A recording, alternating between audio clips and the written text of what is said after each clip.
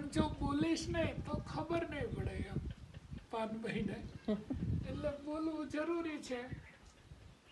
એટલે ગંગા સતી પાનભાઈને એવું કે છે કે હા મેં સાક્ષાત્કાર કરેલો છે. તો કે હે ભાઈજી, મને સાક્ષાત્કાર ન થાય?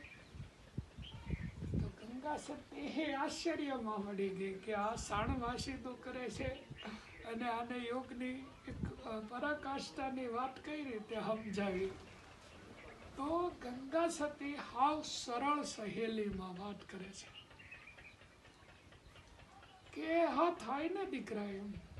તો કે કઈ રીતે થાય? તો કે તારે વ્રત રાખવું પડે. તો ગામડામાં તો બધી દીકરીઓ વ્રત રાખે ને, પેલી સારો પતિ મળે એટલે ગોર્યું રાખે, જય પાર્વતી, તો જય પાર્વતી નો બીજા બધા ઘણા વ્રત રાખે. તો ગંગા સતી પાનભાઈ ને સરળ સહેલીમાં સમજાવે છે, ગહનમાં ગહન યોગની વાત કે દીકરા તારે વ્રત રાખવું પડે. તો કે વ્રત તો હું કરી શકું બાઈજી, બહુ સારા વ્રત કર્યા છે, અને એક વ્રત તમે શીખવાડો તો એ કરીશ. તો ગંગા સતી પાનભાઈ ને એવું કે છે કે સૂર્યમાં ખાવું, ચંદ્રમાં પીવું અને સૂક્ષ્મણામાં સૂઈ જવું. પેલી તો ગામડાની દેશી હતી છોકરી, એટલે એ વળી કે એ શું કહેવાય ભાઈજી? તો કે જોડા આપણો આ જમણો હાથ છે ને, એ જમણી બાજુનું નાક છે, એ જ્યારે ચાલતું હોય એમાં સ્વર ચાલતો હોય ને આ પડખે વાળું બંધ હોય ડાબુ, ત્યારે જ ભોજન લેવાનું.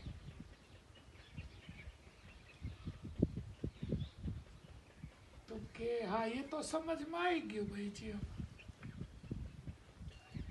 પછી કે પાણી નહીં પીવાનું ઉપર, પછી 1 કલાક થાય એટલે સ્વર બદલી જાય, પછી આ જમણો સ્વર છે એ બંધ થઈ જાય અને ડાબો સ્વર ચાલુ થાય, ત્યારે પાણી પીવાનું. તો કે એ વાત સમજમાં આવી જાય ભાઈજી. અને કે એક સાથે બે ચાલે ત્યારે સૂઈ જવાનું. તો કે એ વાત સમજમાં આવી જાય. તો કે તાર દીકરા વ્રત કરે. તે પાનભાઈએ વ્રત ચાલુ કર્યું અને 6 મહિના થયા અને કુંડલીની શક્તિ જાગૃત થઈ. તો પાનભાઈ એવું કે છે ગંગા સતીને કે ભાઈજી તમે મને સિતાર આપો, મને અનુભવ આવ્યો છે એમ, એટલે મારે અનુભવને વર્ણન કરવો છે એમ.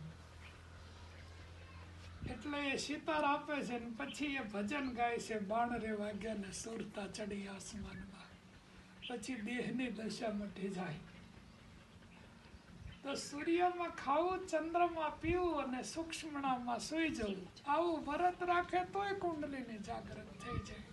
બોલો જય ગિરનારી, જય ગિરનારી, જય ગિરનારી.